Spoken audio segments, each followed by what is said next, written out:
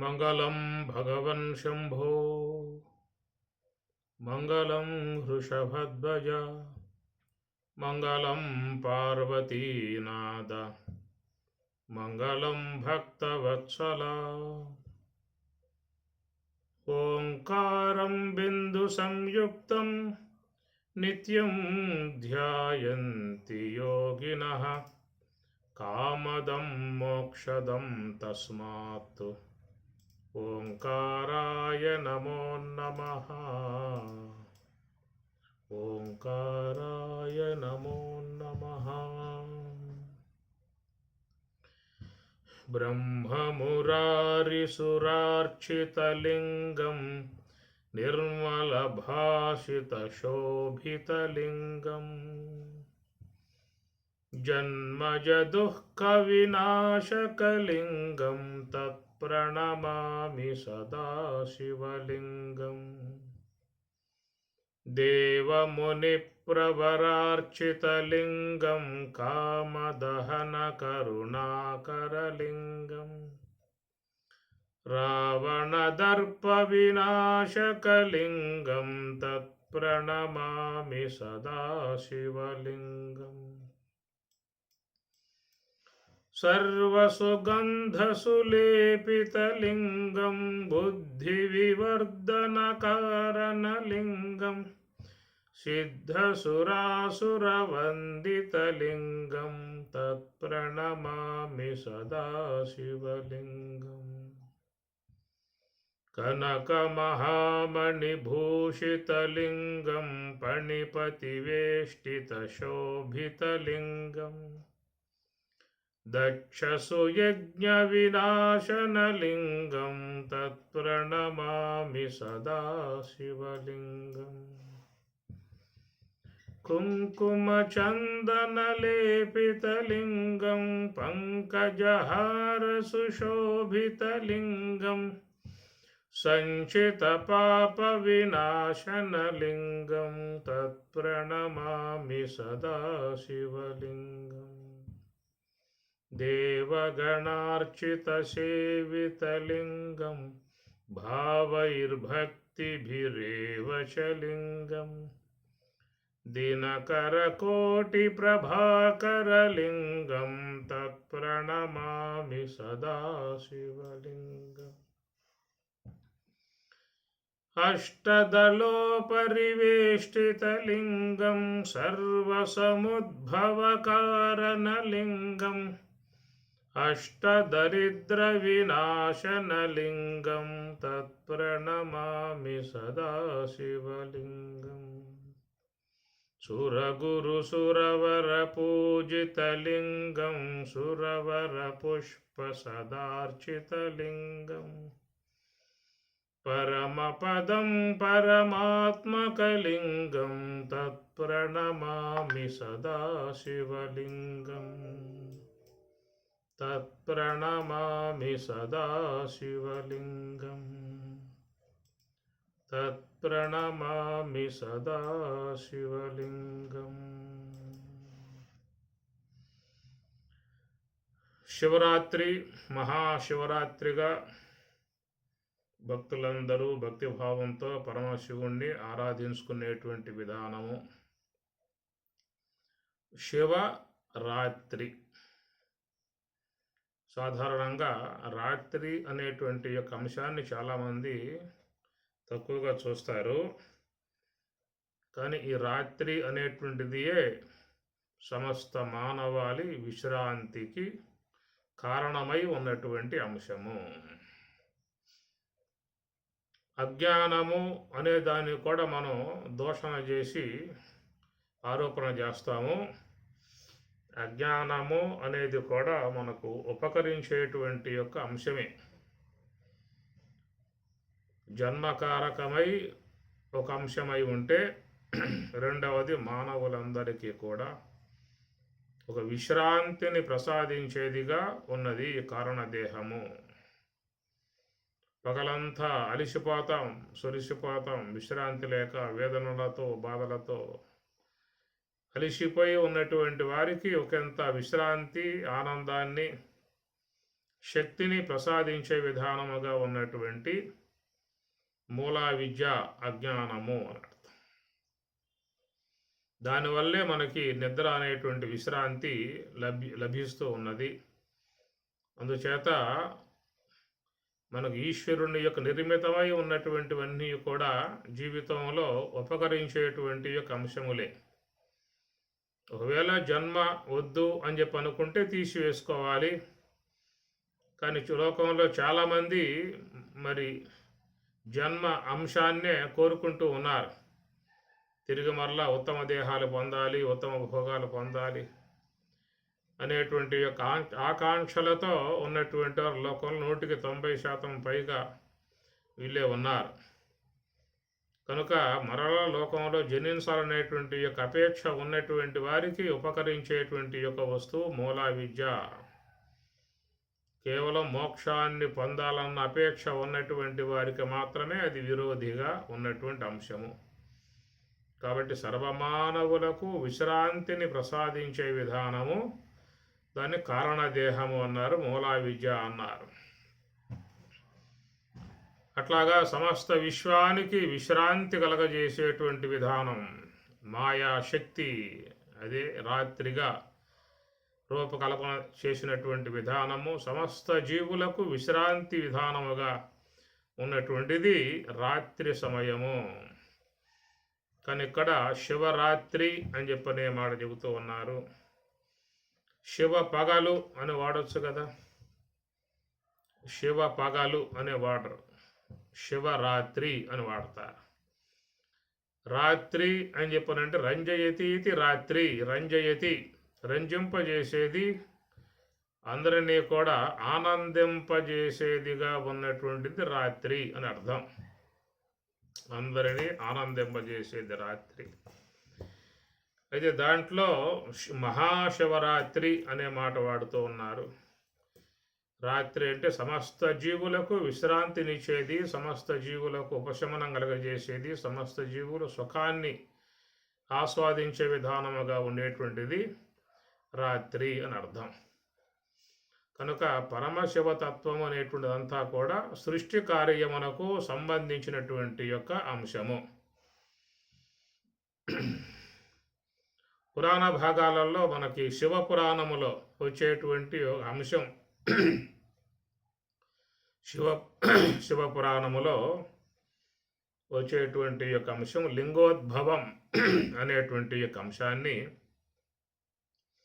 మరి శివపురాణములో దారుకావనం అని చెప్పేసి అక్కడ మునులందరూ కూడా సపత్నులతో తపస్సు చేసుకుంటూ ఉన్నటువంటి వారై ఉండగా వారికి జ్ఞానోదయం కలగజేసే ఉద్దేశంతో వారిని కొంచెం సరైన మార్గంలో పెట్టే ఉద్దేశంతో పరమశివుడు విష్ణువు ఇరువురు కూడా మారువేషాల్లో పోవటము, అక్కడ ఏర్పడ్డటువంటి కొన్ని పరిస్థితులు అనేటువంటివి చివరికి మునులకు ఆగ్రహం రావటము, వారు శివుణ్ణి శపించటము, ఆ శివుని యొక్క అవయవం ఊడి కింద పడుతూ ఉంటే అమ్మవారు అవయవాన్ని ధరించటము.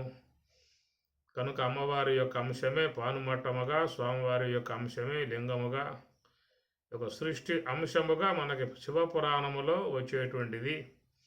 సమస్త విశ్వమంతా కూడా చూసినట్లయితే ఈశ్వర సంకల్ప మాత్రముగా జరిగేటువంటి యొక్క సృష్టి కార్యము, సృష్టి వ్యవహారము, దానికి సంబంధించినటువంటి అంశము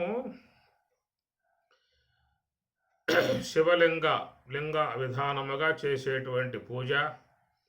అది సృష్టి సంబంధమై ఉన్నటువంటి అంశము. సకల విశ్వమంతా కూడా ఈశ్వర సంకల్ప మాత్రముగా నిర్మాణమవుతున్నటువంటి యొక్క విధానము. దానినే మనకి ప్రశ్నోపనిషత్తు కూడా తస్మై సహోవాచ ప్రజాకామో వై ప్రజాపతి సహ తపః అతప్యత సహ తపః తప్త్వా సహ మిథునం ఉత్పాదయతే రవీంచ ప్రాణంచ ఇది ఏతౌ మే బహుదా ప్రజాః కరిష్యతే ఇది అని ప్రధానముగా ప్రశ్నోపనిషత్తులో వచ్చేటువంటి యొక్క అంశము కూడా ప్రజాకామో వై ప్రజాకామం కలిగినటువంటి వారై తపః అతప్యత తపస్సును శీలించి మిథునం ఉత్పాదయతే. మిథునం అనేటువంటి యొక్క అంశం మైథునం అనేటువంటి భావనతో ఉంటుంది. మిథునం ఉత్పాదయతే రయించ ప్రాణంచ. కనుక ఈ ప్రకారముగా ఈశ్వర కార్యముగా ఉన్నటువంటి ఈ యొక్క మరి అంశము రయించ ప్రాణంచ అనేటువంటిది సృష్టి విధానములో సర్వేశ్వరుడు రెండు అంశములను సిద్ధం చేసుకున్నాడు. ప్రకృతిం పురుషం చైవ క్షేత్రం క్షేత్రజ్ఞ ఏవచ. ప్రకృతిం పురుషం చైవ, ప్రకృతి పురుషుడు, క్షేత్రం క్షేత్రజ్ఞుడు అనేటువంటి విధానం ఈ రెండు కూడా ఇడబడి ఉండేటువంటి యొక్క అంశములు కావు. దానినే అర్ధనారీశ్వరులుగా మనకు చూపించేటువంటి యొక్క అంశము. అది శివశక్త్యాత్మికములు రెండు కూడా మరి మమేకమై ఉన్నటువంటి యొక్క అంశము, రెండు కూడా అవిభాజ్యమై ఉన్నటువంటి విధానముగా మనకి చూపించేటువంటి శివతత్వములో మరి అర్ధనారీశ్వరులు అని చెప్పినటువంటి యొక్క అర్థం. ఇక్కడ రయించ ప్రాణంచ ఏతౌ మే బహుదా ప్రజా కరిష్యతే ఇది. కనుక రయించ ప్రాణంచ పదార్థమును ప్రాణమును రెండింటినీ కూడా సర్వేశ్వరుడు సృష్టి నిమిత్తమై ఏర్పాటు చేసుకున్నటువంటి అంశము. రెండు ఉపాధులను ఆయన గారు సిద్ధం చేసుకున్నాడు. ఆ రెండు ఉపాధులే మరి ప్రకృతిం పురుషం, ప్రకృతి పురుషుడు, స్త్రీ పురుషుడు అనేటువంటి ఆకృతులను సర్వేశ్వరుడు ఏర్పాటు చేసుకున్నటువంటి ఒకనొక అంశం, సృష్టి కార్యములో భాగముగా ఏర్పాటు చేసుకున్నటువంటి అంశము. మరి ఆ యొక్క ప్రకృతిం పురుషం, ప్రకృతి పురుషుల యందు ఆయన నిశ్శబ్దం చేసుకున్న అంశం ఏంటని చెప్పానంటే రయించ ప్రాణంచ. రయించ పదార్థమును ప్రకృతి యందు, ప్రాణంచ ప్రాణమును పురుషుని యందు ఆయన సిద్ధం చేసుకున్నటువంటి అంశములైతే ఆ రెండింటి యొక్క సమ్మేళనమే అర్ధనారీశ్వరులుగా లోకమంతా కూడా ప్రకృతి పురుషులు ఏకమైనటువంటి యొక్క విధానము. దాని నుంచే ఈశ్వర కార్యముగా ఉన్నటువంటి సృష్టి కార్యము జరుగుతూ ఉన్నది. ఈ సృష్టి కార్యమునకు సంబంధించిన విధానముగా ఉన్నటువంటి యొక్క భాగమే అంశమే అది రాత్రి యొక్క అంశము. రంజయతీతి రాత్రి, రంజింపజేసే విధానముగా ఉన్నటువంటి యొక్క రాత్రి. కనుక అక్కడ మరి చూసినట్లయితే ప్రకృతి పురుషులు, క్షేత్రం క్షేత్రజ్ఞుడు అనేటువంటి అంశములతో పూర్ణముగా మమేకమై ఉన్నటువంటి విధానము, పెనవేసుకుని ఉన్నటువంటి విధానము, విడదీయరానటువంటి యొక్క అనుబంధముగా చేరి ఉన్నటువంటి యొక్క అంశము, దాని నుంచి ఏర్పడేటువంటి యొక్క సృష్టి కార్యము విధానము. దాంట్లో సకల జీవులు కూడా పారవశ్యమును పొందే విధానముగా సర్వేశ్వరుడు ఏర్పాటు చేసినటువంటి యొక్క అంశములో భాగమే మహాశివరాత్రి. మహా అనగా గొప్ప, శివ అంటే శివతత్వము, శివ ప్రకృతుల యొక్క అంశముగా చేరి ఉన్నటువంటి విధానం. విశ్వమంతా కూడా చూసినట్లయితే అంతా శివమయము, శివశక్త్యాత్మికమయము అని అర్థం. విశ్వమంతా కూడా ఈశావాస్యం ఇదం సర్వం, జగత్తంతా కూడా సర్వేశ్వరునితో ప్రకృతితో చేరి ఉన్నటువంటి విధానము. ఇరువురు కూడా పూర్ణముగా ఒకరికొకరు మమేకమై ఉన్నటువంటి విధానములో చూసినట్లయితే ఆయనయే జీవుడుగా, ఆయనయే ఈశ్వరుడుగా రెండు భాగాలు చేరి ఉన్నారు. జీవ శివ, శివో జీవ, సజీవ కేవల శివ. కాబట్టి ఇరువురు కూడా ఒకటే, జీవేశ్వరులు ఇరువురు కూడా ఒకటే, సృష్టి కార్యములో ఇరువురు కూడా ఒకటే. కనుక ఆ ప్రకారముగా విశ్వమంతా కూడా చేరి ఉన్నటువంటి యొక్క అంశమే మనం పూజించేటువంటి విధానములో మరి విశ్వ జగత్తు యొక్క నిర్మాణాత్మకములో చేరి ఉన్నటువంటి భాగమునే అందరూ కూడా శివతత్వమును ఆరాధిస్తూ శివకార్యమునందు ప్రవర్తిస్తూ మరి ఈ ప్రకారంగా ప్రకృతి పురుషులు ఇరువురు కూడా ఏకమైనటువంటి యొక్క విధానము అది శివతత్వముగా మనకు బోధించేటువంటి యొక్క అంశము. దాని యందు జీవులు పారవశ్యమును పొందేటువంటి విధానము. కాబట్టి ప్రకారముగా శివరాత్రి అని చెప్పి అన్నప్పుడు మరి ఆ యొక్క విధానములో మరి అందరూ కూడా సృష్టి కార్యముగా ఆనందించేటువంటి అంశం ఒక భాగమైతే, రెండవది రాత్రి అని చెప్పి అన్నప్పుడు అటు మాయకు అర్థం వస్తుంది, ఇటు అవిద్యకు అర్థం వస్తుంది. ఇది తెలియంతనమును కలుగజేసేటువంటి విధానం. రాత్రి అని చెప్పి అన్నప్పుడు తెలియంతనమును కలుగజేసేటువంటి విధానము రాత్రి. కనుక రాత్రి పగలు అనేటువంటివి రెండూ కూడా సర్వేశ్వరుని యొక్క రెప్పలు అని చెప్పని అంటారు. కనుక రెప్పలు మూసినటువంటి విధానమేమో రాత్రి అని, ఆ రెప్పలు తెరిచిన విధానమేమో పగలు అని చెప్పని ఒక అంశముగా చెప్పేటువంటి మాట. కనుక రాత్రి అనేటువంటి యొక్క అంశం వచ్చినప్పుడు ఇటు అవిద్య అటు మాయ రెండు అన్నమాట. కనుక అందరూ కూడా అవిద్య యందు విశ్రమిస్తూ ఉన్నారు.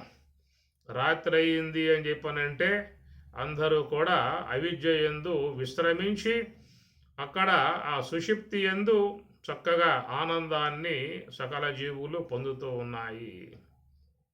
కనుక అలాంటి యొక్క విశ్రాంతి కనుక లేకపోయినట్లయితే లోకంలో ఏ ప్రాణి కూడా జీవించే అవకాశం లేదు.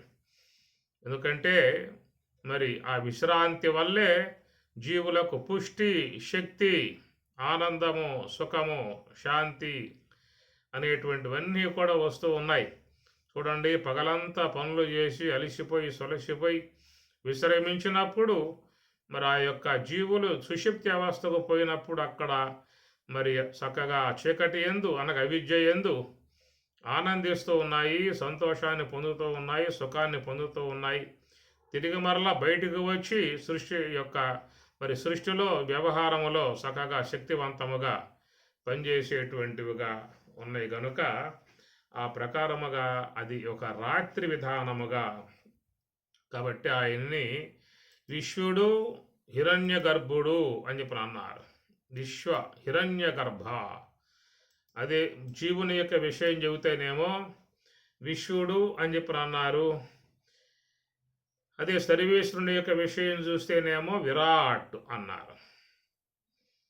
అదే స్వప్న విధానంగా నిద్రా విధానంగా చూసినట్లయితే తైజస్సుడు, జీవుడు తైజస్సుడు అని చెప్పగా, అదే సర్వేశ్వరుడైతే హిరణ్య గర్భుడు అని చెప్పి అన్నారు.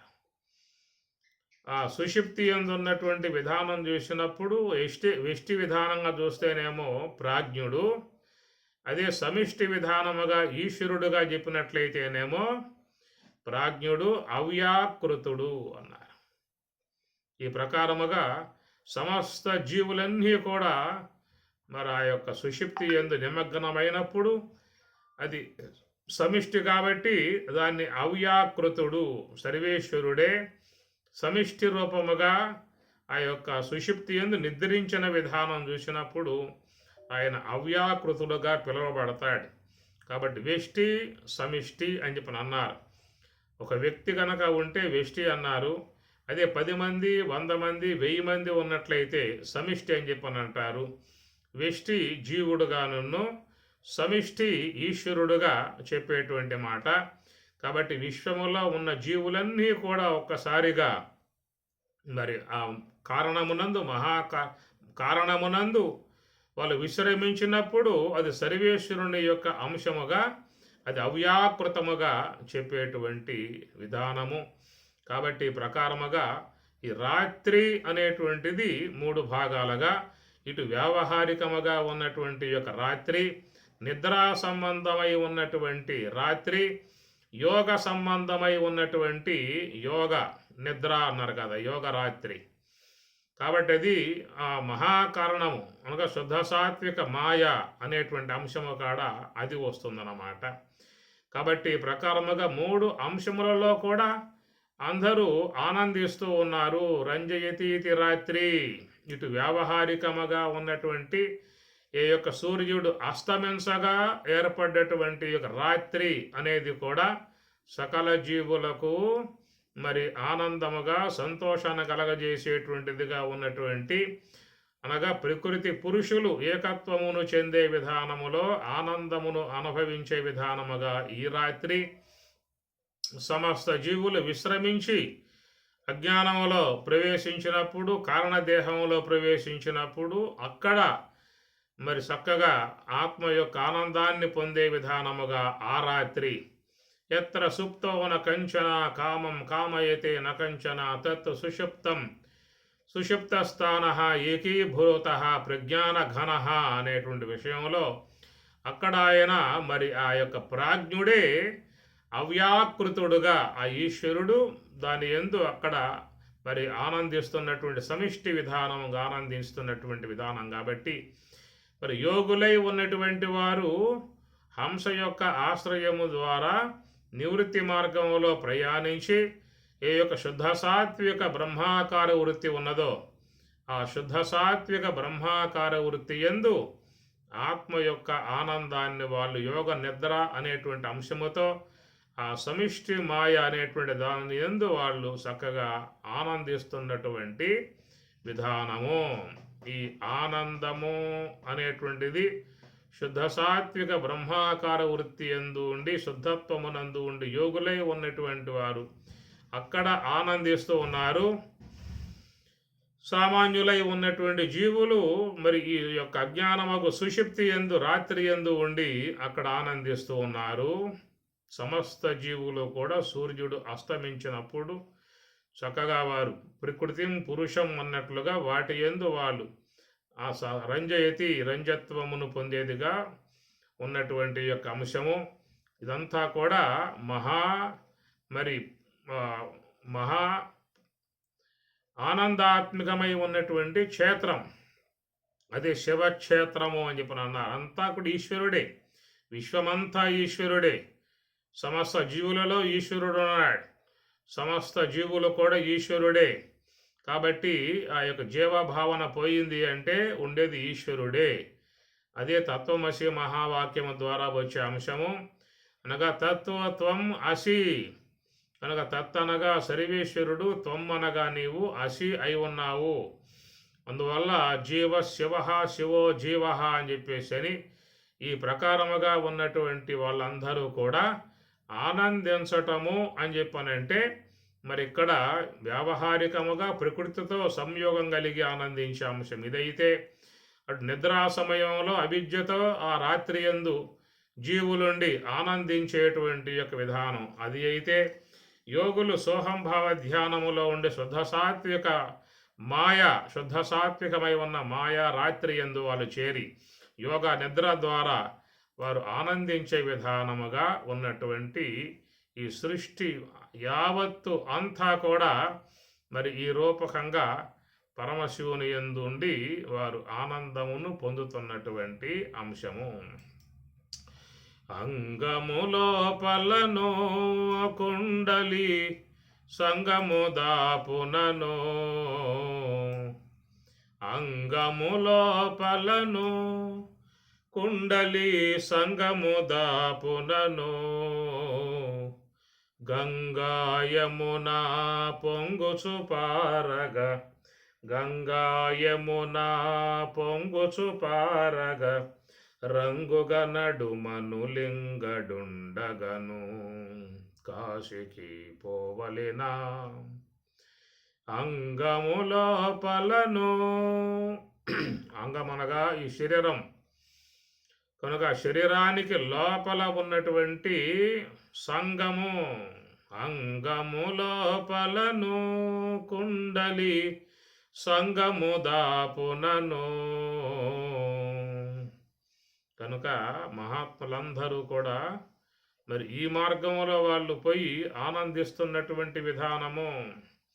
సమస్త జీవులన్నీ కూడా ఆనందం వైపుకే ప్రయాణం చేస్తూ ఉన్నాయి, అట్టి ఆనందం వైపుకే తిరిగి ఉన్నాయి, ఆనందాన్నే అపేక్షించి ఉన్నాయి, ఆనందాన్ని పొందాలన్న భావనతోనే సమస్త జీవులు తమ మరి ఉద్దేశము కలిగి ఉన్నాయి. అట్టి ఆనందానికి ఉన్నటువంటి 3 స్థానములుగా మనం చెప్పుకున్నటువంటి అంశము ఇక్కడ ఏమి, ఈ 3 అంశములలో మరి ప్రధానముగా మోక్ష సంబంధములో చేరి ఉన్నటువంటి అంశం ఇక్కడ మరి మహాకారణముతో సంగమము, సంయోగము, కలయిక.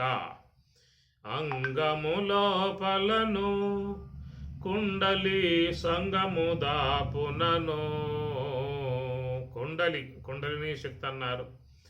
అక్కడ శివతత్వం చేరి ఉన్నటువంటి విధానము, శివ పార్వతులు సంయోగమును చేరి ఉన్నటువంటి విధానము, శుద్ధ సాత్విక బ్రహ్మాకార వృత్తి కనుక మాయా సమన్వితమై ఉన్నటువంటి ఈశ్వరుడు ఇరువురు కూడా చేరి ఉన్నటువంటి యొక్క సంగమం త్రివేణి సంగమముగా చెప్పేటువంటి ఆ కుండలిని సమీపమున ఉన్నటువంటి ఆనంద ఖేలి, ఆనంద పారవశ్యము, ఆనంద మా స్థితి అన్నమాట. అక్కడ మహాత్ములే ఉన్నటువంటి వారు ఆనందించేటువంటి విధానము ఆనందీ భవతి అన్నారు. ఆ స్థాయికి పోవాలి, ఆ స్థితికి పోవాలంటే ఇది సామాన్య విషయం కాదు. ఎంతో ప్రయత్నము, ప్రయాస అనేటువంటివన్నీ ఉన్నాయి. ఇక్కడ చెప్పేటువంటి విధానములో ఆ సంగమం, త్రివేణి సంగమం, అక్కడ శివ పార్వతుల యొక్క సమ్మేళనముగా ఉన్నటువంటి సంగమం, అక్కడ ఆనందించాలి అని చెప్పన్నట్లయితే ఇది ఒక యోగతత్వముగా, యోగ మార్గముగా ప్రయాణం చేయాల్సి ఉంటుంది. కొంత ప్రయాసతో చేరి ఉన్నటువంటి యొక్క అంశము కూడా ధీరులై ఉన్నటువంటి వారే ప్రయాణం చేయగలుగుతారు. అనాత్మను వశం చేసుకుని, అనాత్మను లొంగదీసుకుని మరి వాళ్ళు అష్టాంగ ప్రక్రియను అవలంబించి యమ, నియమ, ఆసన, ప్రాణాయామ, ప్రత్యాహార, ధారణ, ధ్యాన సమాధిగా, యోగ సమాధిగా, నిద్ర సమాధిగా చెప్పేటువంటి అక్కడికి పోవటం అని చెప్పనంటే అదెంతో మరి ప్రయాసతో చేరి ఉన్న విధానం. మనం కూడా తీర్థయాత్రలు సేవిస్తూ ఉంటాం. ఈ సేవించే విధానంలో మరి కొన్ని సులభముగా చేసేటువంటివి ఉన్నాయి, కొన్ని కష్టముతో చేరి ఉన్నటువంటివి ఉన్నాయన్నమాట. అట్లా కష్టముతో చేరి ఉన్నటువంటిది ఏంటంటే అమర్నాథ్. అక్కడ పోవాలంటే చాలా ప్రయాస, చాలా శ్రమ, ఎన్నో ఇబ్బందులు ఎదుర్కోవాల్సి ఉంటుంది. ప్రాణాపాయ పరిస్థితులు కూడా వచ్చే అవకాశం ఉంటుంది అమర్నాథ్ అనేటువంటి ఆడకు పోవాలంటే. మిగతావన్నీ కొంచెం అనుకూలంగా ఉన్నటువంటి యొక్క క్షేత్ర దర్శనాలు, ఋషికేశ కానీ, హరిద్వార్ కానీ, ఇంకా శ్రీశైలము, అన్నవరము, కాశీ, ఇవన్నీ సులభప్రాయంగా చేసుకోవచ్చు. మిగతావన్నీ కూడా కొంచెం ఇలాంటి శ్రమతో కూడినటువంటి అంశాలు కొన్ని ఉన్నాయి. అట్లాగా మానవులు మరి ఏ యొక్క ఆనందాన్ని అపేక్షించి ఉన్నారో అట్టి ఆనందాన్ని అపేక్షించి ఉన్నటువంటి వారికి రాత్రిగా ఉన్నటువంటి సుషుప్తి వ్యవస్థ యందు కానీ, రాత్రిగా ఉన్నటువంటి యొక్క అంశమునందు కానీ జీవులు ఒకంత ఆనందాన్ని, పారవశ్యమును పొందే విధానముగా ఉన్నది. కానీ ఇది ఇక్కడ చెప్పేటువంటి అంగము లోపలను కుండలి సంగము దాపునను. కుండలి సంగము అక్కడికి పోతే తప్ప వారికి పూర్ణమైనటువంటి యొక్క బ్రహ్మానందం లభించే అవకాశము లేదు. దాని కుండలిని యోగం అని చెప్పి అన్నారు. దానికి స్వామివారు కూడా అర్థం చెబుతూ కుండలిని దర్శనము, దాన్ని శేష దర్శనము అన్నారు. అనగా శ్వాస అనేది పూర్తిగా ఆగిపోయి ఉన్నటువంటి స్థితి, 2 అంగుళములుగా సంచరిస్తున్నటువంటి స్థితి. అక్కడికి పోయినప్పుడు ఒక తన్మయ భావం ఏర్పడుతుంది, పారవశ్యం ఏర్పడుతుంది, ఆత్మయందు ఆత్మానందములో రమించే విధానం ఏర్పడుతుంది. ఏతత్తతో భవతి ఆకాశ శరీరం బ్రహ్మ సత్యాత్మ ప్రాణారామం మన ఆనందం శాంతి సమృద్ధం ఇది ప్రాచీన యోగ్యోపాస అనేటువంటి మంత్రం అక్కడే మీకు అన్వయం అవుతుంది. ఆకాశ శరీరం, ఎందుకంటే అది ఆకాశ స్థలం కాబట్టి, అనగా సాధనలో, ధ్యానములో మరి హంస అనేది తన యొక్క గమనాన్ని తగ్గించుకుంటూ పృథివీ తత్వాన్ని దాటి, జలతత్వాన్ని దాటి, అగ్నితత్వాన్ని దాటి, వాయుతత్వం కూడా దాటి ఆకాశతత్వమునందు చేరి ఉన్నటువంటి విధానము. ఆకాశతత్వములో చేరి ఉన్న విధానం ఉన్నప్పుడు అక్కడ ఎట్లా ఉంటాడు అంటే ఆకాశ శరీరం. వానికి ఆకాశమే శరీరముగా ఉంటుంది. పృథివీ సంబంధమై ఉన్న దేహం జడమైపోయింది. పృథివీ, జలము, అగ్ని ఈ 3 కూడా రూప సహితము అన్నారు. రూప సహితమై ఉన్నటువంటిది ఈ యొక్క పృథివీ సంబంధమై ఉన్నటువంటి దేహము. కనుక ఇది సాకారము, అమూర్తంచ మూర్తంచ అని అన్నారు. మనకి యాజ్ఞవల్కి చెప్పే మాట మూర్తంచ అమూర్తంచ. మూర్తములు అనేటువంటివి మూడు, అది అగ్ని, జలము, పృథివీ అనేటువంటి మూడు కూడా మూర్త సంబంధము. ఈ ఆకారము కలిగి ఉన్నటువంటి విధానంలోనే ఈ శరీరం అంతయు కూడా ఈ మూడు భాగాలుగానే చేరి ఉన్నది. కనుక పృథివీ సంబంధ అంశము, జల సంబంధమై ఉన్న నీరు, అగ్ని సంబంధమై ఉన్న వేడి, ఈ మూడు ప్రధానముగా చేరి ఉన్నటువంటిది స్థూలదేహం. కాబట్టి ఎప్పుడైతే ధ్యానములో ఈ శ్వాస వాయువగు ఈ శ్వాస తన గమనమును పూర్తిగా తగ్గించుకొని ఆకాశాంశం వెళ్ళిపోయినట్లయితే, ఎందుకంటే వాయువు అనేది ఆకాశాంశం నుంచి పుట్టింది, ఆకాశ కార్యం వాయువు. కాబట్టి ఆకాశ కార్యమై ఉన్నటువంటి వాయువు తన గమనాన్ని తగ్గించుకుంటూ చివరికి ఆ సుషుమ్నా యందున్నటువంటి ఆకాశములో చేరిపోయినప్పుడు, మరి ఈ యొక్క ఆకార సంబంధమై సాకార సంబంధమై ఉన్నటువంటి ఈ స్థూలదేహం అనగా అగ్ని, జలము, పృథివీ ఈ యొక్క మూడింటి యొక్క అంశములతో చేరినటువంటి స్థూల శరీరం పూర్తిగా జడమవుతుంది. దాని యొక్క ఉనికి ఉండదు. ఈ ప్రకారముగా స్థూలదేహం పార్థివ సంబంధము, పృథివీ సంబంధమై ఉన్న స్థూలదేహం పూర్తిగా జడమైనప్పుడు, ఇక ఆయన ఉన్నటువంటి ఆకాశ స్థలం కనుక సుషుమ్నా ద్వారం వద్ద కుండలిని యోగములో ఉండటం కారణముగా ఆయన ఎట్లా ఉన్నాడు అంటే, ఈ పృథివీ సంబంధమై ఉన్న దేహాన్ని వీడి ఆకాశమే శరీరముగా కలిగి ఉన్నటువంటి విధానము. ఆకాశ శరీరం అన్నారు. ఆకాశ శరీరం బ్రహ్మ సత్యాత్మ ప్రాణారామం. బ్రహ్మ సత్యాత్మ ప్రాణారామం. ఆ యొక్క ప్రాణం అనేది మరి సత్యాత్మయగు బ్రహ్మమునందు ఆరామం రమించేదిగా ఉన్నది. ఇది వాయులింగం. శ్రీకాళహస్తిలో ఉన్నటువంటి దానిని వాయులింగము అని చెప్పని అంటారు. కాబట్టి పరమశివుని విధానముగా కూడా పంచలింగాలుగా కూడా చెప్తున్నటువంటి మాట. మరి పంచలింగాలు కూడా మనకి చెప్పుకొచ్చినప్పుడు గురులింగము, జంగమలింగము, శివలింగము, ఆచారలింగము, ప్రసాదలింగము అని చెప్పనే మాటగా చెప్పేటువంటి విషయము. జంబుకేశ్వర లింగము, చిదంబరేశ్వర లింగము, తిరుమన్నామలేశ్వర లింగము, శివకంచి క్షేత్రలింగము, శ్రీకాళహస్తి లింగము, జంబుకేశ్వరమునందు జలలింగము, చిదంబరమునందు ఆకాశలింగము, తిరుమన్నామలయందు జ్యోతిర్లింగము, శివకంచి క్షేత్రమునందు భూలింగము, శ్రీకాళహస్తి యందు వాయులింగము అని చెప్పని ఈ పంచలింగములుగా కూడా చెప్పేటువంటి విధానము. కనుక వాయులింగము అని చెప్పన్నప్పుడు ఈ మనస్సు అనేది, శ్వాస అనేది ఆకాశమునందు పూర్తిగా విలీనం చెందే విధానముగా రావటాన్ని ఆకాశ శరీరం బ్రహ్మ సత్యాత్మ ప్రాణ ఆరామం. కనుక అక్కడ ఆ శ్వాస అనేది బ్రహ్మమునందే రమించేదిగా ఉంటుంది. ఎందువల్లంటే పృథివీ సంబంధమై ఉన్న అంశము పూర్తిగా మరి జడమై పడిపోవటం కారణముగా ఎందుకంటే ఇప్పుడు మన శ్వాస అనేటువంటిదంతా కూడా ఈ దేహ ధారణలోనే చేరి ఉన్నది. ఈ దేహాన్ని రక్షించాలి, దేహాన్ని బతికించాలి, దేహాన్ని కాపాడాలి అనే విధానములోనే ఇప్పుడు మన శ్వాసలన్నీ కూడా దీనికోసముగానే ఖర్చు చేయబడుతూ ఉన్నాయి.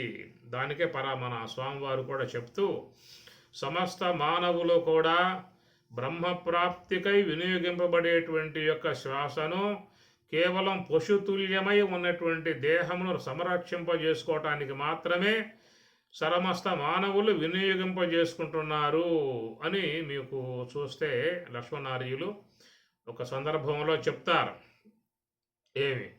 పశుతుల్యమైనటువంటి యొక్క స్థూల దేహాన్ని కాపాడుకోవటానికి బ్రహ్మప్రాప్తికి హేతువుగా ఉన్నటువంటి యొక్క శ్వాసలను కేవలం ఈ దేహ రక్షణ కోసముగానే వినియోగింపజేసుకుంటున్నారు అనే మాట వాడతారు. కాబట్టి ప్రకారముగా మన యొక్క శ్వాసలన్నీ కూడా ఈ దేహ సంరక్షణకే వినియోగింపబడుతూ ఉన్నాయి, దేహాన్ని కాపాడుకునే విధానంలోనే. వినియోగింపబడుతూ ఉన్నాయి. అందరూ కూడా ఈ శ్వాసలను ఈ దేహం యొక్క సంరక్షణ కోసంగానే వాడుకుంటూ ఉన్నారు. అందువల్ల ఈ ప్రకారముగా ఈ యొక్క శ్వాస అనబడేటువంటిది దేహ రక్షణ విషయంలోనే పరిమితమైపోయింది. ఇక శ్వాస తనను 5 రకాలుగా విభజింపజేసుకొని వ్యాన, ఉదాన, సమాన, ప్రాణ, అపాన అనే విధాయకాలుగా తనను తాను విభజింపజేసుకొని ఈ శరీర సంరక్షణ విషయంలో మాత్రమే నిమగ్నమై ఉన్నటువంటి విధానము. అయితే ఇక్కడ మరి మహాత్ములు చేసిన పని ఏమిటంటే వారు నివృత్తి మార్గమును అవలంబించటం కారణముగా మరి ఆ యొక్క మనస్సు అనేది అంతర్ముఖమై బ్రహ్మమునకు సమీపముగా పోయే కొద్దీ ఈ శ్వాసలు కూడా తన గమనాన్ని పూర్తిగా మరి ఉపసంహరణ చేసుకోవటంతో శరీరములో 5 విధములుగా విభజింపబడ్డటువంటి యొక్క శ్వాసలు కూడా పూర్తిగా ఆగిపోవటం జరుగుతుంది. దాంతో స్థూల దేహం జడమవుతుంది. మామూలుగా శ్వాసలు గనక దేహాన్ని వదిలిపెట్టినట్లయితే ఆ దేహం శవం కావాల్సి ఉంటుంది. ఇది లోకములో అందరికీ కూడా జరుగుతున్నటువంటి యొక్క అంశమే. కనుక ఎప్పుడైతే శ్వాసల నుంచి ఈ దేహం విడబడుతుందో ఆ రోజున ఈ యొక్క శరీరం శవ పరిస్థితికి వచ్చేస్తుంది. అదే విధానములో మరి ఆ యొక్క యోగ సమాధి యొక్క అంశములో మరి ఆ శ్వాసల చేత ఈ దేహం పూర్తిగా విడవబడుతుంది. విడవబడ్డప్పుడు అక్కడ ఈ దేహాన్ని శవము అని చెప్పనే మాటగా వాడే అవకాశం లేదు. దేహము జడమయ్యింది అని చెప్పని అంటారు. జడం కావటం వేరు, శవం కావటం వేరు. అందుచేత ఇక్కడ ధ్యాన విధానములో ఈశ్వర కార్యములో అని అర్థం. ఈశ్వర కార్యములో ఈ శ్వాసలు ఈ శరీరాన్ని పూర్తిగా విసర్జించి అవి మరి ఆకాశమునందు పుట్టి వచ్చిన కార్యము కాబట్టి ఆకాశమునందే చేరి ఉన్నాయి కనుక అక్కడ ఉన్నటువంటి అతడికి ఆకాశ శరీరం, ఆకాశమే శరీరముగా కలిగి ఉన్నాడు.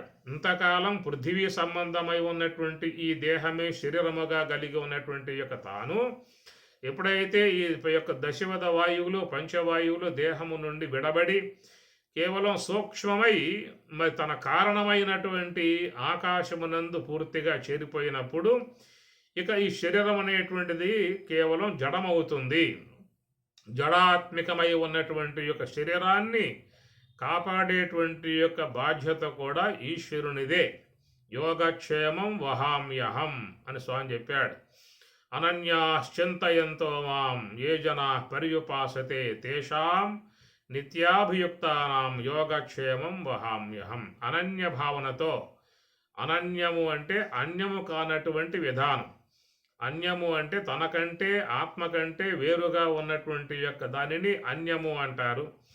ఎప్పుడైతే మనస్సును అంతర్ముఖము చేయటం కారణముగా సుషుమ్న ద్వారా సమీపానికి పోయినప్పుడు అక్కడ బ్రహ్మముతో బ్రహ్మానందముతో ఉన్నాడు కాబట్టి దానిని అనన్యము అంటారు. అనన్యాశ్చింతయంతః, అనన్య భావనతో ఆత్మ కంటే వేరు కానటువంటి యొక్క విధానములో ఉన్నప్పుడు మరి అక్కడ ఆ శ్వాసలు పూర్తిగా ఆగిపోవటం కారణముగా ఆ శ్వాసలు పూర్తిగా మరి తమ యొక్క గమనం ఉపసంహరించుకోవటం కారణముగా ఇక శరీరమునందు ఈ యొక్క శ్వాస గమనం పూర్తిగా ఆగిపోవటంతో శరీరము జడమైంది కాబట్టి జడమైనటువంటి యొక్క దేహాన్ని సంరక్షణ చేసేటువంటి విధానం కూడా అక్కడ ఈశ్వరుని యొక్క బాధ్యత అయ్యే ఉంటుంది.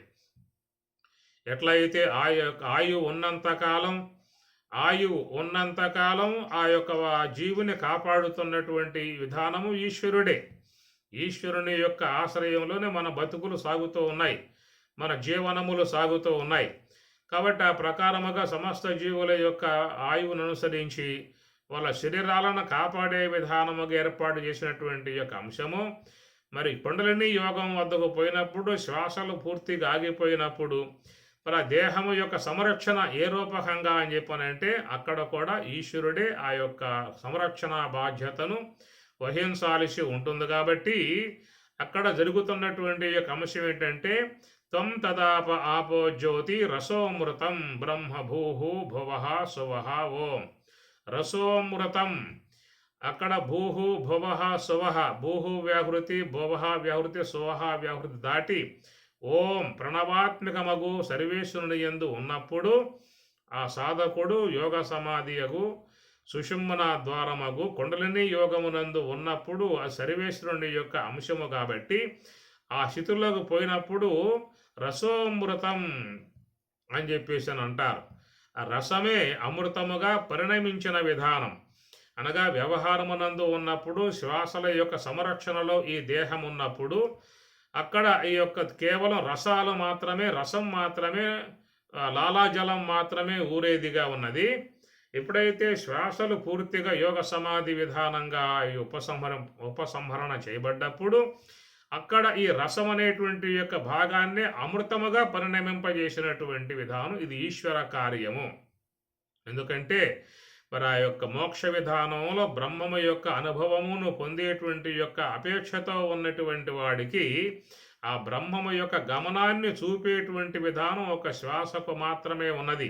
ఎందుకంటే బ్రహ్మముతో అనుసంధానం కలిగి ఉన్నటువంటి యొక్క వస్తువు శ్వాస కనుక మరి ఆ బ్రహ్మము యొక్క సమీపమునకు పోవాలని చెప్పనంటే శ్వాస యొక్క ఆశ్రయం ద్వారానే పోవాల్సి ఉంటుంది.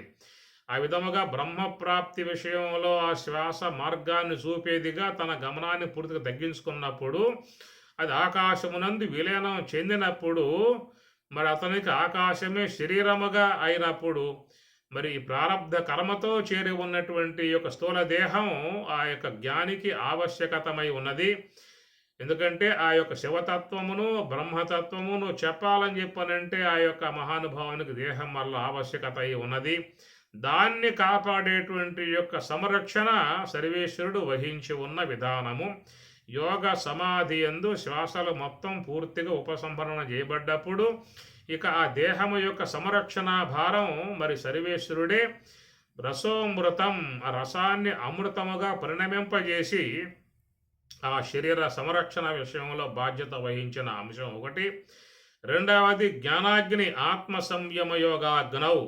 దాని యందు ఆత్మ సంయమనమై ఉన్నటువంటి యొక్క యోగాగ్నిని ప్రజ్వలింపజేసి శరీరములో ఎప్పుడూ కూడా ఉండే విధానముగా. ఎందుకంటే వేడి గనక లేకపోయిందా అంటే రక్త ప్రసరణ పూర్తిగా ఆగిపోతుంది. అది మరణం యొక్క వైపుకు ప్రయాణం చేయటం అవుతుంది. కాబట్టి మరి ఆ శరీర సంరక్షణ విధానంగా మరి ఆ శ్వాసలు ఆ యొక్క జీవుడికి బ్రహ్మము యొక్క త్రోవ చూపడానికి ప్రయాణం చేసినప్పుడు వాటి గమనం పూర్తిగా ఉపసంహరణ చేసుకున్నప్పుడు ఇంతకాలం శ్వాసల యొక్క ఆశ్రయంలో రక్షింపబడుతున్నటువంటి యొక్క స్థూల దేహం ఇప్పుడు దాని యొక్క ప్రత్యామ్నాయముగా ఏర్పాటు చేసిన అంశం ఏంటంటే రసోమృతం. ఈ రసాన్ని అమృతముగా పరిణమింపజేశాడు. యోగామృత రసం పీత్వ వాయుభక్ష సదా సుఖి యమమభ్యస్యతే నిత్యం సమాధి మృత్యునాశకృతు. కాబట్టి వాయుభక్షక అనే మాట వాడతాడు అక్కడ. అంటే ఆ కుండలిని యందు ఆ యొక్క శ్వాస అనేది పూర్తిగా ఆగిపోవడం అనేటువంటి యొక్క అంశాన్ని ఇక్కడ పరమాత్మ ఉత్తర గీతలో వాయుభక్ష సదా సుఖి కనుక వాయువు పూర్తిగా మరి నిలిచిపోయిన విధానములో ఆయన సుఖీ స్వరూపుడుగా ఆనంద స్వరూపుడుగా పూర్ణమైనటువంటి స్థాయిలో ఉండిపోయినప్పుడు మరి దేహం యొక్క సంరక్షణ ఏమిటయ్యా అంటే యోగామృత రసం పీత్వ. ఆ యోగమునందు ఏర్పడేటువంటి యొక్క అమృతం యోగామృత రసం అని ఉత్తర గీతలో చెప్పిన మాట. త్వం తదాప ఆపో జ్యోతి రసోమృతం అనేటువంటి మాట మరి మంత్రపుష్పములో చెప్పడం జరిగింది. గాయత్రి మహామంత్రం నందు కూడా ఈ పదాలు వాడటం జరిగింది. కాబట్టి ప్రకారముగా ఆ సర్వేశ్వరుని యొక్క మరి అనుగ్రహముతో ఏర్పడ్డటువంటి విధానములో వారి యోగ సమాధిలో ఉన్నంతసేపు వారి శరీరాన్ని కాపాడటానికి ఇక్కడ ఇవి యొక్క మరి బాధ్యత వహించిన విధానముగా సర్వేశ్వరుడు ఏర్పాటు చేసిన విధానముగా ఇవన్నీ కూడా ఈశ్వరాజ్ఞతో జరుగుతున్నటువంటి యొక్క అంశములుగా తెలుసుకోవాలి. అంత ఈశ్వర శాసన అనుసరించే సమస్త కార్యములు జరుగుతూ ఉన్నాయనేటువంటి యొక్క భావన కలిగి ఉండాలి. కనుక సహజ విధానముగా ఉన్న క్రియలు అన్నీ కూడా ఈశ్వరుని యొక్క ఆజ్ఞ. ఇవి సహజ కర్మలు అన్నారు. నిత్య కర్మలు, నైమిత్తిక కర్మలు, పుణ్య కర్మలు, పాప కర్మలు, శాస్త్ర విహిత కర్మలు, శాస్త్ర నిషిద్ధ కర్మలు అనేక రకాలుగా ఉన్నటువంటి యొక్క వాట్లలో ఈ జరిగేటువంటి యొక్క వాటిని సహజ కర్మలు అన్నారు. ఇవి ఎవరి యొక్క ప్రమేయముతో జరుగుతున్నటువంటివి కావు. మన శరీరంలో బాల్యం పోయి యవ్వనం, యవ్వనం పోయి వృద్ధాప్యం రావటం కూడా సహజముగా ఉన్నటువంటి యొక్క విధానమే.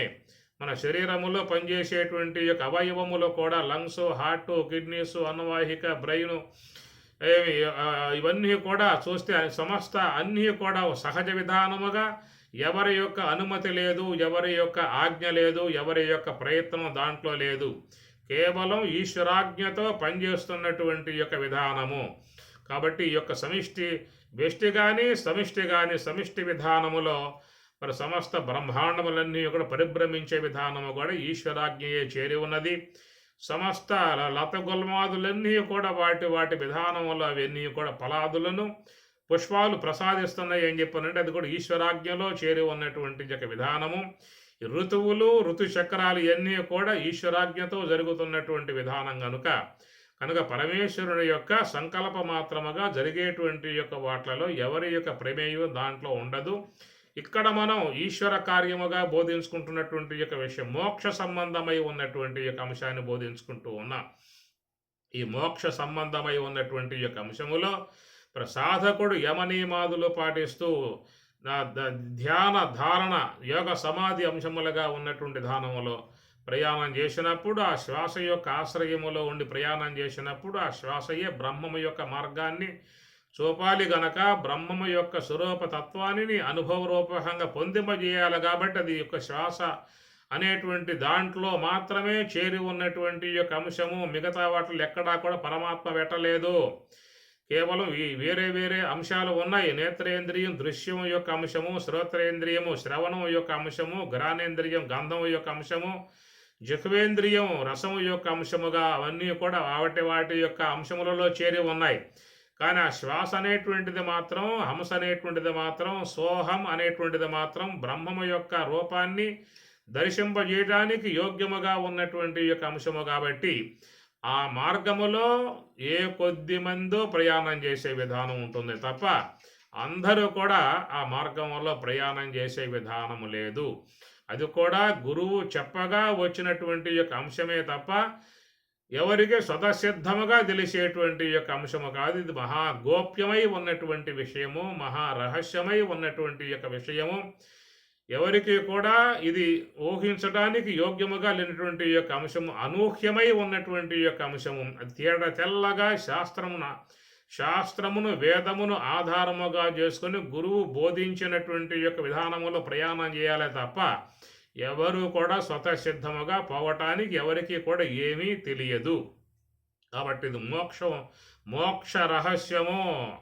కాబట్టి మోక్ష రహస్యమై ఉన్నటువంటి విధానాన్ని మరి సద్గురువులు జగద్గురువులుగా ఉన్నటువంటి వాళ్ళు చెప్పినప్పుడు వారు ఆ మార్గంలో ప్రయాణం చేస్తారు. కాబట్టి ఇక్కడ మనం చెప్పుకున్నటువంటి యొక్క అంశము అంగము లోపలను కుండలి సంగము దాపునను.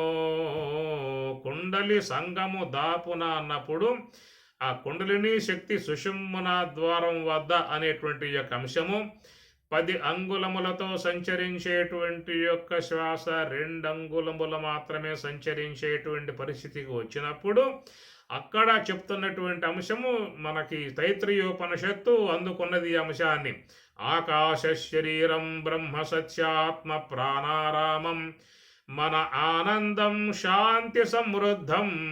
ఇవన్నీ కూడా మీకు మరి ఆ కుండలిని యొక్క సమీపమునందు సుషుమ్న ద్వారము దగ్గర చెప్పేటువంటి విధానముగా ఆకాశ శరీరం అని చెప్పన్నాము. అంటే ఇంతకాలముగా పృథివీ సంబంధమై ఉన్నటువంటి యొక్క మట్టి దేహాన్ని శరీరముగా ధరించి ఉన్నటువంటి యొక్క మనం ఇప్పుడు ఆకాశమే శరీరముగా కలిగి ఉన్నటువంటి విధానం ఏంటంటే 2 అంగుళముల పరిధిలో సంచారము కలిగి ఉన్నది. కాబట్టి వానికి ఆకాశ శరీరమై ఉన్నది. అదే కనుక 2 అంగుళములు కూడా తగ్గి పూర్ణముగా లోనికి ప్రవేశించామా అని చెప్పినంటే అక్కడ కేవలం చిదాకాశము అన్నారు. ఆ చిదాకాశమే శరీరముగా కలిగి ఉండేటువంటి విధానం. అది చిదంబరుడు, విశ్వేశ్వరుడు చిదంబరుడు అని చెప్పి అన్నారు. చిత్ అంటే స్వప్రకాశము, చిదంబరమే శరీరముగా కలిగి ఉన్నటువంటి విధానముగా అక్కడ చెప్పేటువంటి మాట. ఇక్కడ శ్వాస 2 అంగుళములలో సంచారం చేస్తున్న విధానం కాబట్టి ఆకాశ శరీరముగా చెప్పాల్సి వచ్చింది. కాబట్టి ప్రకారముగా మరి ఆకాశ శరీరముగా ధరించి ఉన్నటువంటి యొక్క తనకు మరి పృథివీ సంబంధమై ఉన్న శరీరం రాలిపోయినట్లయితే ఉన్న పరిస్థితి ఎట్లా? పృథివీ సంబంధమై ఉన్న దేహాన్ని ఏ యొక్క శ్వాస నిలబెట్టే విధానముగా బాధ్యత వహించిన విధానములు ఈశ్వరుడు ఏర్పాటు చేశాడో అలాంటి యొక్క శ్వాస తన గమనాన్ని పూర్తిగా ఉపసంహరణ చేసుకుని 2 అంగుళములుగా ఆకాశమునందు నిలబడి ఉన్నప్పుడు మరి యొక్క 3 అంశములుగా చేరి ఉన్నటువంటి పార్థివ అంశముగా చేరి ఉన్నటువంటి సాకార అంశముగా చేరినటువంటి అగ్ని జలము పృథివీ 3 అంశములతో చేరి ఉన్నటువంటి యొక్క స్థూలదేహ పరిస్థితి విషయం చూసినట్లయితే ఇందా మనం చెప్పుకున్నట్లుగా ఆ దేహాన్ని కాపాడటానికై సర్వేశ్వరుడు మరి రసోమృతము అనేటువంటి యొక్క అంశాన్ని ఏర్పాటు చేసి దేహమంతా కూడా దాని ద్వారా సంరక్షణ చేస్తున్న విధానము. అట్టనే యోగాగ్ని అన్నారు కాబట్టి అటు యోగాగ్నితో ఆ దేహమంతా కూడా కాంతివంతముగా ఉండే విధానముగా అది ఈశ్వరుని యొక్క సంకల్ప మాత్రముతో ఏర్పడుతున్న అంశము. యోగక్షేమం వహామ్యహం స్వామి చెప్పిన అంశముగా వారి యొక్క యోగక్షేమములు నేనే సంరక్షిస్తున్ననేటువంటి మాటగా గీతలో వచ్చిన అంశము. కాబట్టి ఆ విధముగా మరి ఆ యొక్క చిదంబరుడై ఉన్నటువంటి ఈశ్వరుడు, సర్వేశ్వరుడై ఉన్నటువంటి ఈశ్వరుడు, అర్ధనారీ స్వరూపుడై ఉన్నటువంటి యొక్క ఈశ్వరుడు శుద్ధ సాత్విక బ్రహ్మాకార వృత్తియు, అటనే మాయా సమన్వితమై ఉన్నటువంటి యొక్క ఈశ్వరుడు ఇరువురు కూడా సమ్మేళనం కలిగి ఉన్నటువంటి విధానమే అర్ధనారీశ్వరులుగా పారమార్థికములో చేరి ఉన్నటువంటి యొక్క అంశము అని మనం అర్ధనారీశ్వరత్వమును 3 అంశములుగా చెప్పుకున్నాము. ఒకటి ఈ యొక్క ఆ కుండలిని అనేటువంటి యొక్క మహాత్ములు చేరి ఉన్నటువంటి యొక్క పుణ్యక్షేత్రము, దైవక్షేత్రము, యోగక్షేత్రము. కనుక మాయా అనేటువంటి ఆ మాయా నిద్రయందు, యోగ నిద్రయందు ఉన్నటువంటి యొక్క అంశములో ఇక్కడ పొందినటువంటి యొక్క ఆనందాంశం ఒకటి. సమస్త జీవులు కూడా అప్రయత్నముగానే నిద్ర అనేటువంటి విధానములో సుషుప్తి యందు అక్కడ అవిద్య అనేటువంటి యొక్క సంగమమునందు మరి ఆ జీవుడు ఆనందిస్తున్నటువంటి యొక్క అంశమేమో అది సమస్త జీవులు కూడా అప్రయత్నముగా పొందుతున్నటువంటి అంశము. ఇక బాహ్యములో చూసినట్లయితే ప్రకృతిం పురుషం చైవ, కాబట్టి ప్రకృతి పురుషులు ఇరువురు కూడా మమేకమై తాము పొందేటువంటి యొక్క పారవశ్య విధానము. ఇక్కడ ఎన్ని కూడా రాత్రి భాగములో చేరి ఉన్నటువంటి అంశములు. రంజయతీతి రాత్రి, కనుక రంజింపజేసేటువంటి విధానమే రాత్రి యొక్క భాగములో చేరి ఉన్నది. కాబట్టి ఇక్కడ చెప్పేటువంటి మనం ఇది అంగములోపలను కుండలి సంగము దాపునను, అక్కడ ఉన్నటువంటి యొక్క దానిని ఆ శివలింగం, అదే జ్యోతిర్లింగం, సుప్రకాశమై ఉన్నటువంటి లింగం, సుషుమ్నాయందు ఉన్నటువంటి ఆనందాత్మికమై ఉన్నటువంటి లింగం. కనుక దాని యందు సరువులో కూడా చేరినట్లయితే అది మోక్షానికి కారణమవుతుంది. అక్కడ పూర్ణ ఆనందాన్ని పొందటం జరుగుతుంది. కనుక అక్కడ శివశక్త్యాత్మికము 2 కూడా ఏకమయ్యేటువంటి విధానముగా ఉన్నటువంటిది శుద్ధ సాత్విక బ్రహ్మాకార వృత్తి అని చెప్పి అన్నారు. చిన్నది అల ప్రాయంబున కన్నధిపతి లేక సుతని కడు చిత్రముగా ఎన్నదికేలిరుగదు అని వేమన కూడా ఆ శుద్ధ సాత్విక అంశాన్ని గురించి చాలా సందర్భాలలో బోధిస్తూ ఉంటాడు. శ్రీకర బ్రహ్మాకారుని ప్రాకటముగా మదిని చేర్చి ప్రణవాకృతితో సోకి నటించెడి జ్ఞప్తిని పాకముగని దాటువాడు భక్తుడు వేమ. శ్రీయన మంగళ దేవత శ్రీయనగా విష్ణుపత్ని శ్రీ సంపదయున్ శ్రీయనిడి.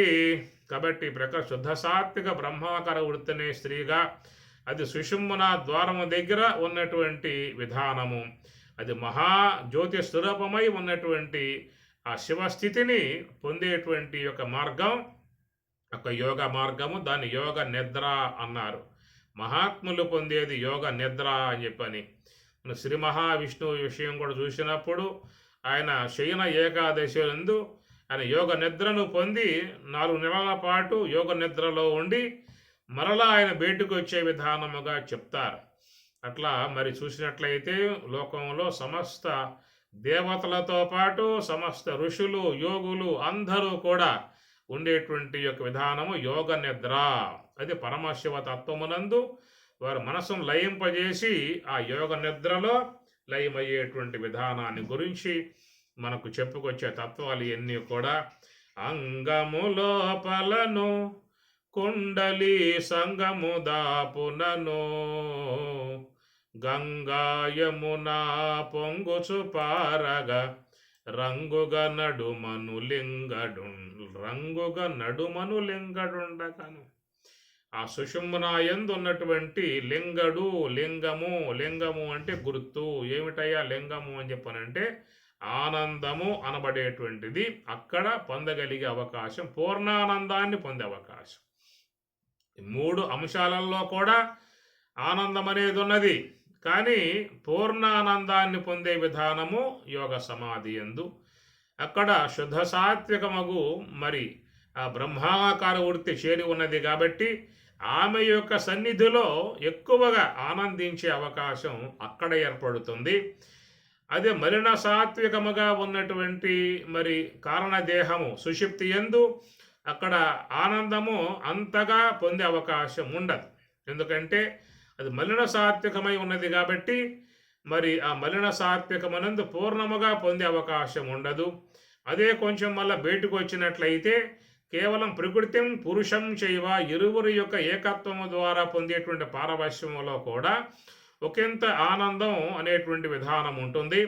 ఇంకా దానికంటే మిక్కుటమై ఉన్నటువంటి యొక్క ఆనందం సుషుప్తి యందు ఉంటుంది, సుషుప్తి నిద్ర యందు ఉంటుంది. దానికంటే ఇంకా మిక్కుటమై ఉన్నటువంటి యొక్క ఆనందం ఆకాశ శరీరం, ఆకాశమే దేహముగా కలిగి ఆ యొక్క ఆ కుండలిని యోగమునందు ఉన్నటువంటి వారు ఈశ్వరత్వమును పొంది, ఈశ్వర సాన్నిధ్యమును పొంది, శుద్ధ సాత్విక బ్రహ్మాకార వృత్తి ఈశ్వర సమ్మేళనము చేత ఏర్పడేటువంటి యొక్క స్థలములో ఇంకా మిక్కుటమై ఉన్నటువంటి యొక్క ఆనందం అవుతుంది. అది ఆకాశ శరీరము అన్నారు. ఆ 2 అంగుళముల శ్వాస కూడా పూర్తిగా ఆగి సుషుమ్న యందు ప్రవేశించినట్లయితే అక్కడ చిదంబరుడు, చిత్తు అనగా స్వప్రకాశము, చిదంబరుడై ఉన్నటువంటి యొక్క సర్వేశ్వరుడు ఆయన యందు పూర్ణముగా ఇక బ్రహ్మానందము విరాజమానమై ఉండేటువంటి విధానము కనుక ప్రకారముగా 3వ సోపానముగా చెప్పే అంశం అది. అనగా సోహము, 2వది తత్వమసి కుండలిని యోగము, అహం బ్రహ్మాస్మి అనేది సుషుమ్న యందు ఉన్నటువంటి 3వ సోపానము. ఇక 3వ సోపానములో ఉన్నట్టు జ్యోతిష్ స్వరూపమై స్వప్రకాశ స్వరూపమై కేవలం ఆనందాత్మికమై ఉన్నటువంటి చిదంబరుడు అక్కడ ఉన్నటువంటి స్థితి. కాబట్టి ప్రకారముగా ఈ శివరాత్రి మహాశివరాత్రి అని చెప్పి అన్నారు. అనగా మహాశివరాత్రి అంటే మహా అంటే పూజనీయమైన అర్థం. కాబట్టి శివ అంటే శివుని యొక్క సంబంధమై ఉన్నటువంటి యొక్క అంశము. రాత్రి అని చెప్పి అన్నప్పుడు అది శుద్ధ సాత్విక మాయా సంబంధమై ఉన్న అంశము ఉంటుంది, మలిన సాత్విక అవిద్యా సంబంధమై ఉన్న అంశము ఉంటుంది, కేవలం ప్రకృతి యొక్క సంబంధమై ఉన్నటువంటి యొక్క చేరిక అనే అంశము కూడా దాంట్లో చేరి ఉన్నటువంటి యొక్క భాగమే. కాబట్టి ప్రకారముగా సమస్త జీవులు కూడా ఈశ్వర సన్నిధిలో ఆనందించేటువంటి యొక్క అంశము. ఈ 3 కూడా ఆనంద స్థావరములుగా ఆనంద క్షేత్రములుగా ఉన్నటువంటివి. కాబట్టి ఇక్కడ రాత్రి అనే పదం వాడారే తప్ప పగలు అనే పదం వాడలేదు. పగలు అని చెప్పనంటే సమస్త వ్యవహారములకు హేతువై ఉన్నటువంటి యొక్క అంశము, దశేంద్రియములు అంతరేంద్రియములు పనిచేసేటువంటి విధానము. సమస్త మానవులందరూ కూడా వారి వారి కార్యాలలో పూర్తిగా మునిగిపోయి ఉన్నటువంటి యొక్క అంశము, ఆదాయ వ్యయములలో నిమత్తమై ఉన్నటువంటి విధానం. కాబట్టి అక్కడ మానవునికి ఆనందం అనేటువంటిది దూరముగా ఉంటుంది, ఈ వ్యవహారంలో మునిగి ఉండటం కారణముగా. కాబట్టి వ్యవహారం ఉపశమించినటువంటి యొక్క సందర్భం రాత్రికి సంబంధించిన అంశము. కాబట్టి ఆ రాత్రి యందే పరమశివతత్వంలో ఉన్నటువంటి వారై ఆనందించే విధానం ఉంటుంది. కాబట్టి అది నిద్రా సంబంధమై ఉన్నటువంటి యొక్క కలయిక అంశము కావచ్చు. అదే యోగము యొక్క సంబంధమై ఉన్నటువంటి శుద్ధ సాత్విక బ్రహ్మాకార వృత్తి రాత్రి యొక్క అంశము కావచ్చు. అది యోగ నిద్ర అన్నారు, ఇది గాఢ నిద్ర అని చెప్పని అన్నారు. ఈ రెండింటి యందు కూడా మరి అక్కడ వ్యవహార రహితమై ఉన్నది. ఇంద్రియ వ్యాపారం అనేది పూర్తిగా ఆగిపోయి ఉన్నది.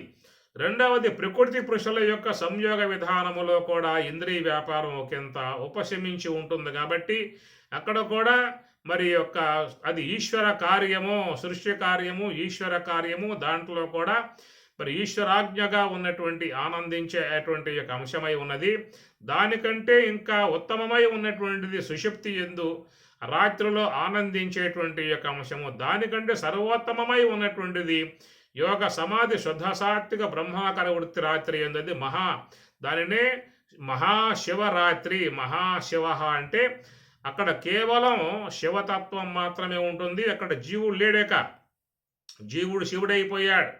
మహాకరణమునందు అక్కడ తత్వమసి మహావాక్య సంబంధం కాబట్టి తత్వ ఈశ్వరుడు, త్వం జీవుడు, అసి అయి ఉన్నాడు కనుక అక్కడ జీవ సంబంధమై ఉన్నటువంటి యొక్క అంశము కాదు, కేవలం ఈశ్వర సంబంధమై ఉన్న అంశము కాబట్టి అక్కడ అది మహాశివ రాత్రి అనగా యోగ సంబంధమై ఉన్నటువంటి రాత్రి, శుద్ధ సాత్విక బ్రహ్మాకారత్వము కలిగి ఉన్నటువంటి రాత్రి.